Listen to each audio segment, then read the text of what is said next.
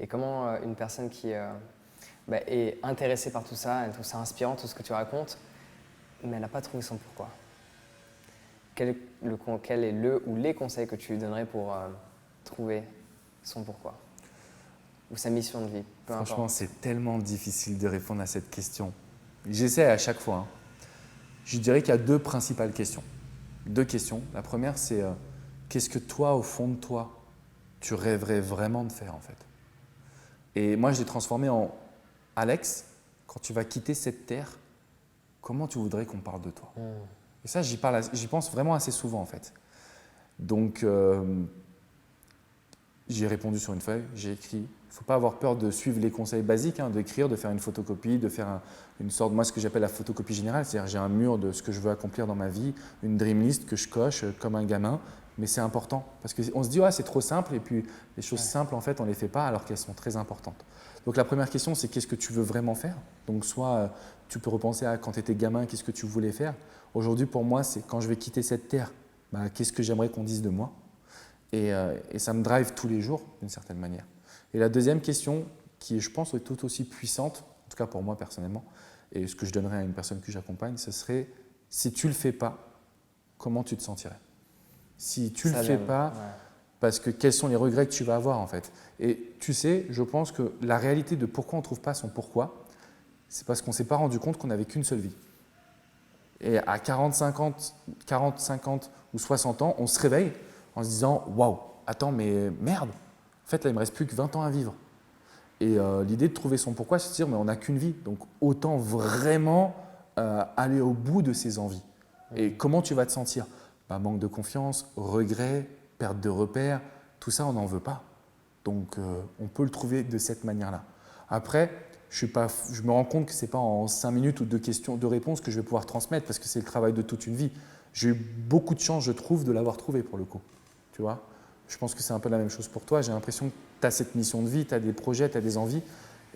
Beaucoup de gens, malheureusement, n'y arrivent pas. Peut-être parce qu'ils ne s'autorisent pas à être eux-mêmes totalement. Ouais, je pense que c'est exactement ce qui résonnait dans ma tête. On est connectés. Ils ne s'autorisent pas pleinement à être eux-mêmes et à juste faire ce qui résonne. Parce que dans notre quotidien, parfois on a envie d'aller là, mais on va aller là. On a envie de parler à cette personne, mais on décide de ne pas le faire. Et donc en fait, c'est plein d'éléments et plein de situations qu'on refuse alors qu'on est attiré par. Alors que si on se laissait guider, on verrait très bien là où on va se trouver. C'est vrai. C'est ma manière de percevoir les choses. C'est exactement ce que je veux qu'un jour on enseigne à l'école. Je regrette que je ne crache pas dans la soupe, je ne crache pas dans l'éducation, mais par contre, je trouve qu'il manque cette dimension de… Plutôt que de nous faire entrer dans des cases, voilà, vous avez le droit d'en sortir en fait. Et il y a tellement de succès, tellement de personnes qui arrivent à faire ça que je pense qu'un jour ça va arriver bientôt même. Ouais. J'espère.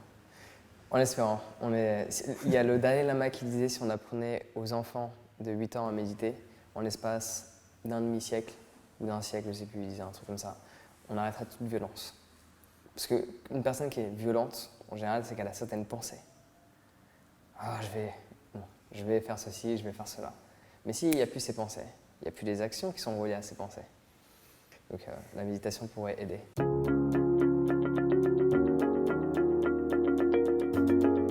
Alors j'espère sincèrement que tu as apprécié ce court extrait de l'interview que je t'ai partagé avec Alexandre. Trouver son pourquoi nécessite un certain temps de réflexion. Et parfois, les meilleures idées, je dirais même la plupart du temps, les meilleures idées, les meilleures compréhensions viennent du silence. Et je suis sûr que cela t'est déjà arrivé, de réfléchir au pourquoi, au comment, ou réfléchir à quelque chose et rien ne vient. Et le moment où tu te déconnectes du fait de chercher, cette chose que tu recherchais vient. Donc le fait de méditer aide fortement à ça, c'est prendre du recul par rapport à son mental. Et par la suite, quand on s'y reconnecte, il y a des idées extraordinaires. Et à ce moment-là, il y a de grandes chances que tu découvres ton pourquoi. Parce que quand on parle de ton pourquoi, c'est ce qu'il y a à l'intérieur de toi. Donc il va falloir commencer à regarder ici et non plus là.